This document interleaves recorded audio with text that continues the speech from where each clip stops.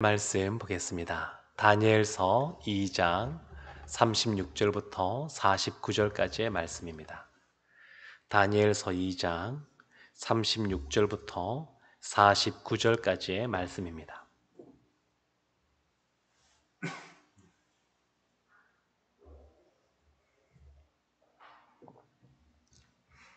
다니엘서 2장 36절부터 49절까지의 말씀을 저와 여러분이 한 절씩 교독하겠습니다. 그 꿈이 이러한즉 내가 이제 그 해석을 왕 앞에 아뢰리이다. 왕이여, 왕은 여러 왕들 중에 왕이시라.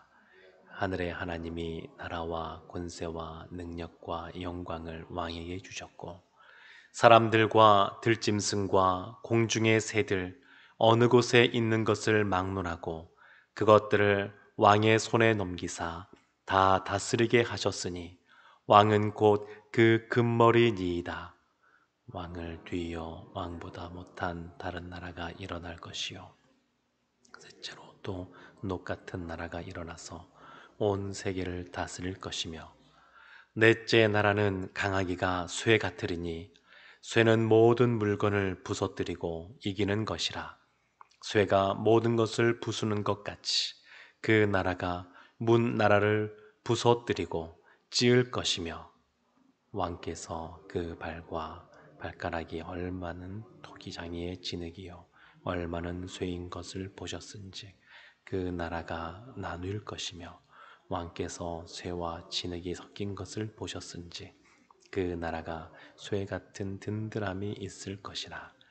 그 발가락이 얼마는 쇠요 얼마는 진흙인즉 그 나라가 얼마는 든든하고 얼마는 부서질 만한 것이며 왕께서 쇠와 진흙이 섞인 것을 보셨은즉 그들이 다른 민족과 서로 섞일 것이나 그들이 비차에 합하지 아니함이 쇠와 진흙이 합하지 아니함 같으리이다. 이 여러 왕들의 시대에 하늘의 하나님이 한 나라를 세우시리니 이것은 영원히 망하지도 아니할 것이요 그 국권이 다른 백성에게로 돌아가지도 아니할 것이요 도리어 이 모든 나라를 쳐서 멸망시키고 영원히 설 것이라. 손대지 아니한 돌이 산에서 나와서 쇠와 녹과 진흙과 은과 금을 부서뜨린 것을 왕께서 보신 것은 크신 하나님이 장래일을 왕께 알게 하신 것이라.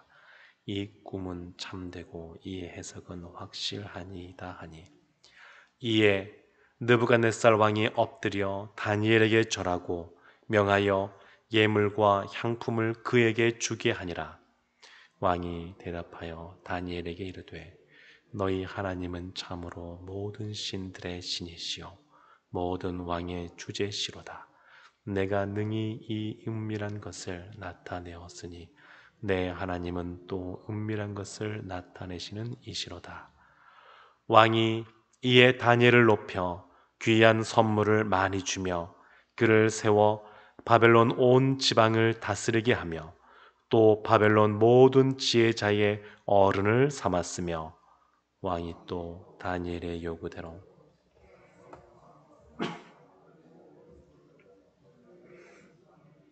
다스리게 하였고 다니엘은 왕궁에 있었더라. 아멘. 느부갓네살 왕이 꿈을 꾼네요.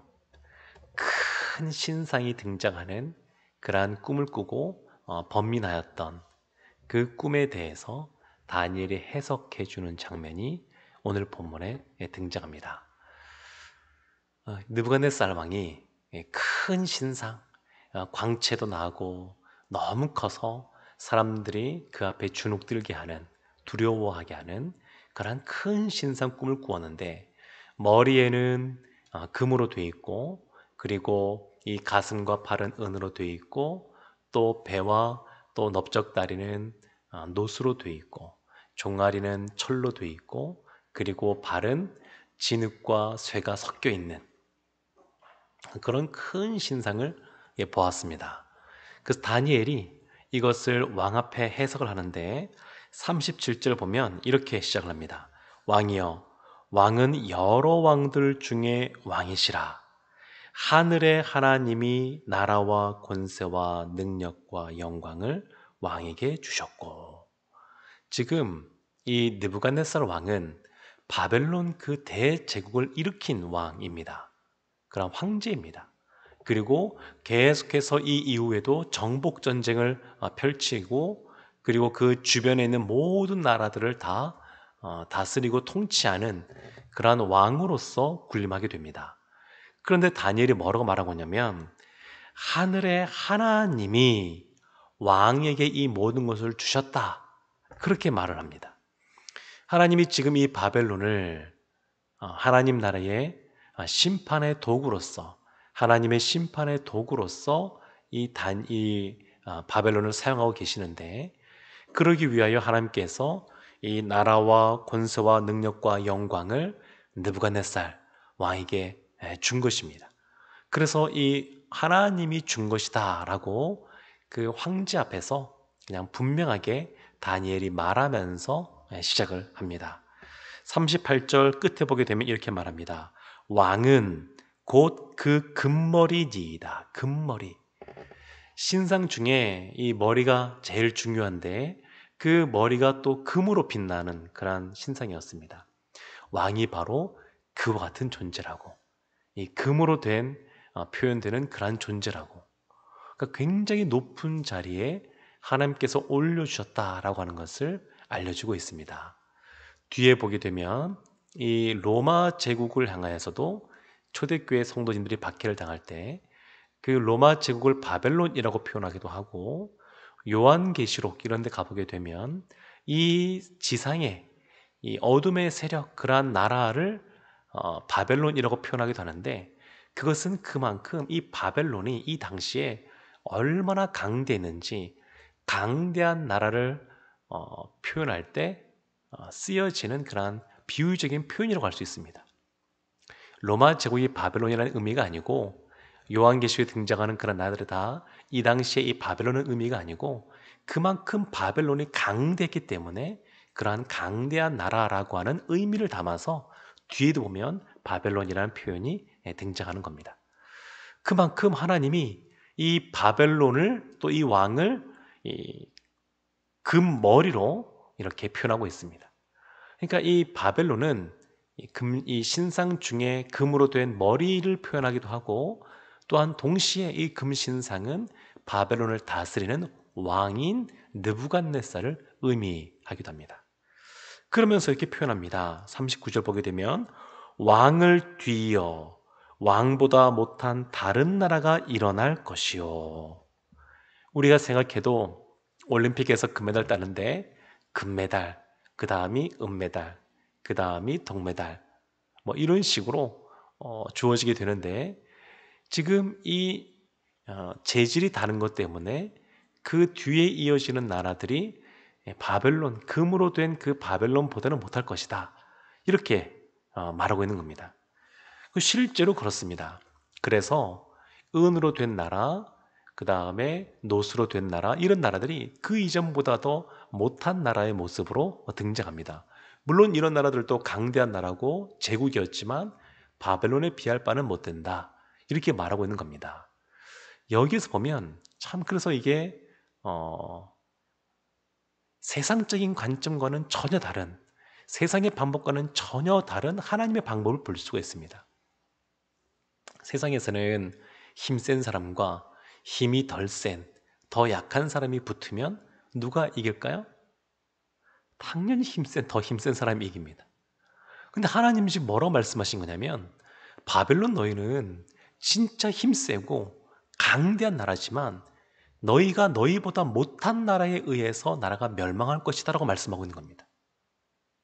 후에 나라가 망하게 되는데, 그 나라는 너희보다 군사적으로도 약하고 힘이 없고 너희만큼 찬란하게 빛나지 않을 거지만, 그래도 그 나라가 너희를 이길 것이다, 이렇게 말씀하고 있는 겁니다.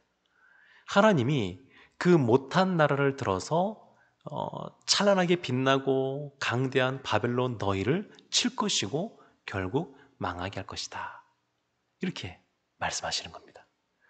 역사적으로 보게 되면 이 바벨론이라는 제국 다음에 어떤 나라가 등장하냐면 메대와 바사라고 하는 고레스라고 하는 사람이 등장하여서 메대와 바사를 묶어서 페르시아라고 하는 나라를 일으키게 되는데 그 나라가 등장합니다.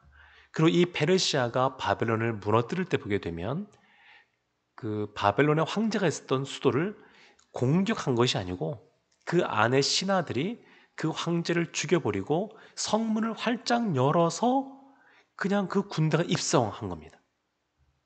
그 바벨론의 성이 얼마나 견고한지 난공불락, 네, 누구도 침략할 수 없을 만큼 어려운 그러한 아주 견고한 성이었는데, 근데 전쟁하지 않고 그냥 성문이 열려버려서 바벨론이 망하게 되는 그러한 역사적인 기록이 나오게 됩니다.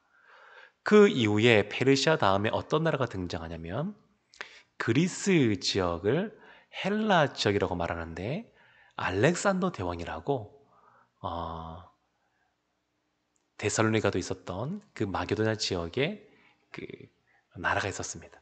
그 헬라 제국이 인도 북부까지 점령하는 대제국을 형성하게 됩니다.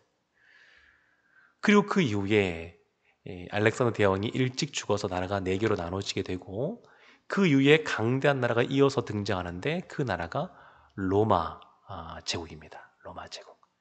그래서 이러한 역사적으로 보게 되면 이러한 강대한 나라들이 일어섰다가 무너지는 이런 것들이 역사적으로 기록으로 남아 있습니다. 그래서 많은 학자들이 이 신상, 큰 신상을 볼 때 이와 같이 페르시아, 그 다음에 헬라, 로마로 이어지는 이러한 제국들을 의미하는 것이 아닌가라고 해석을 하긴 합니다만 누구도 정확하게 이 나라가 이 나라다라고 말하는 사람은 없습니다. 왜냐하면 금머리는 바벨론이다라고 지금 말씀하고 있지만 그 이외에는 성경에서 명확하게 말하고 있지 않기 때문에 이 현실의 이 나라와 연결지어서 우리가 반드시 이렇다라고 말하기는 어려움이 있습니다. 다만 이러한 나라들이 아닐까 이렇게 추측들을 하고 있습니다. 이때를 성경에서는 어떤 시기라고 말하냐면 중간기, 침묵기 이런 표현을 씁니다.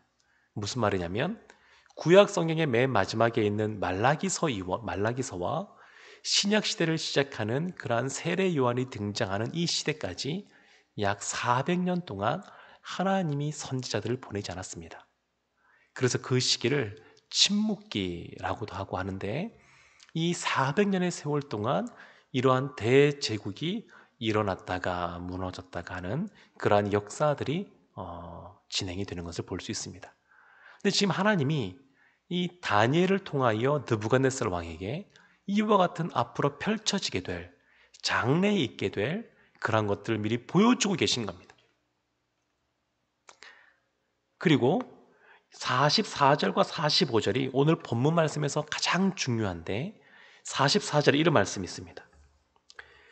이 여러 왕들의 시대에 하늘의 하나님이 한 나라를 세우시리니 이것은 영원히 망하지도 아니할 것이요 그 국권이 다른 백성에게로 돌아가지도 아니할 것이요.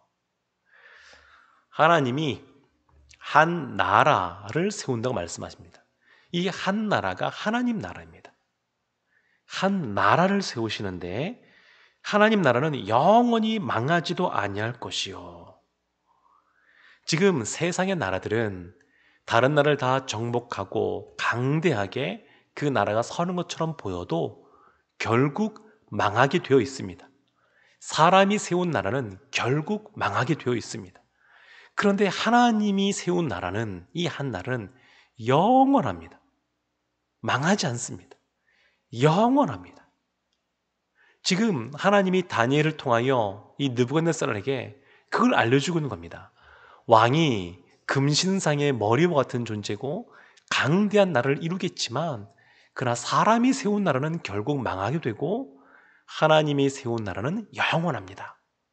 그것을 말해주고 있습니다. 그러면서 45절에 이렇게 말합니다. 손대지 아니한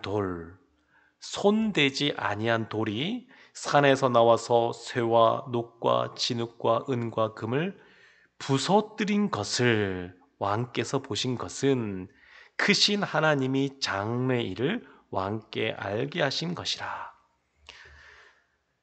손대지 아니한 돌, 이 손대지 아니한 돌이 등장하여서 발에 해당되는 진흙과 철을 때려서 부쉈는데, 그 이후에 머리에 있는 금, 그 다음에 가슴과 팔에 되는 은, 그 다음에 배와 넙지단에 되는 동, 그 다음에 종아리에 되는 철, 이 모든 나라들이 다 산산조각이 나고 부서지고 맙니다. 그런데 이 손대지 아니한 돌이 이 모든 것들을 이렇게 부서뜨리는 것은 무엇을 의미하는 거냐면, 바로 이 손대지 아니한 돌이 곧 하나님 나라를 의미합니다. 하나님 나라. 지금 이 바벨론 그 나라를 금신상의 금머리에 말하면서 그것이 곧 왕이라라고 말한 것처럼, 이 손대지 아니하는 돌이 하나님 나라인데 곧 누구를 의미하냐면 그 나라를 다스리는 예수 그리스도, 하나님을 의미합니다. 겉으로 볼 때는 조그마한 샀습니다. 큰 거대한 이 신상과 비교하면 그냥 손대지 아니한 돌은 작은 그냥 볼품없는 돌에 불과합니다. 그런데 작고 볼품없어 보이지만 하나님이 함께 하시면 거대한 제국도 다 무너뜨리고 산산조각을 냅니다. 그리고 하나님은 이러한 돌, 예수 그리스도를 통하여, 손대지 아니한 돌 예수 그리스도를 통하여 영원한 하나님 나라를 만들어 가시는 줄로 믿습니다. 하나님이 이것을 알려주신 겁니다. 하나님이. 그랬더니 이 느부갓네살 왕이 다니엘과 또 그 뒤에 계신 하나님을 경배하는 거죠. 하나님을 경배하고 다니엘을 높여주는 그런 일이 기록되어 있습니다. 사랑하는 성도 여러분, 다니엘 입장에서 한번 생각해 보십시오.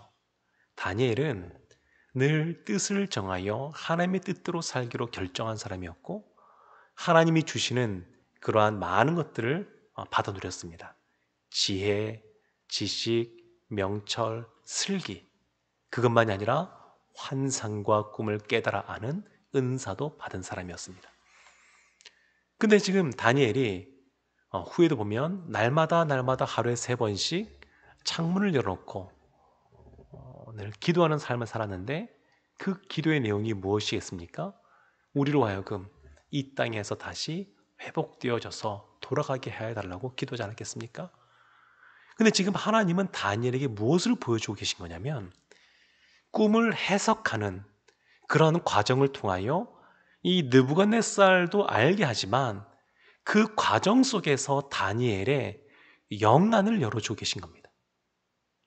다니엘에게 너가 지금 포로로 잡혀왔고 나라가 무너졌고 이 땅에 있지만 지금 비록 어렵고 힘든 삶을 살고 있고 이름도 본인 이름인 다니엘로 쓰지 못하고 벨드사살이라고 하는 바벨론이 섬기는 신의 이름을 갖다 붙여서 이름을 쓸 수밖에 없는 힘든 상황 속에 있지만, 그러나 이 세상을 다스리고 통치하고 이끌어 가시는 분은 하나님이시라고 하는 것, 그리고 하나님께서 이러한 세상의 나라들은 결국 사람의 세운 나라는 무너지게 하지만 하나님이 세운 영원한 나라, 그 나라가 있다고 하는 것을 다니엘에게 알려주고 계신 겁니다. 다니엘에게.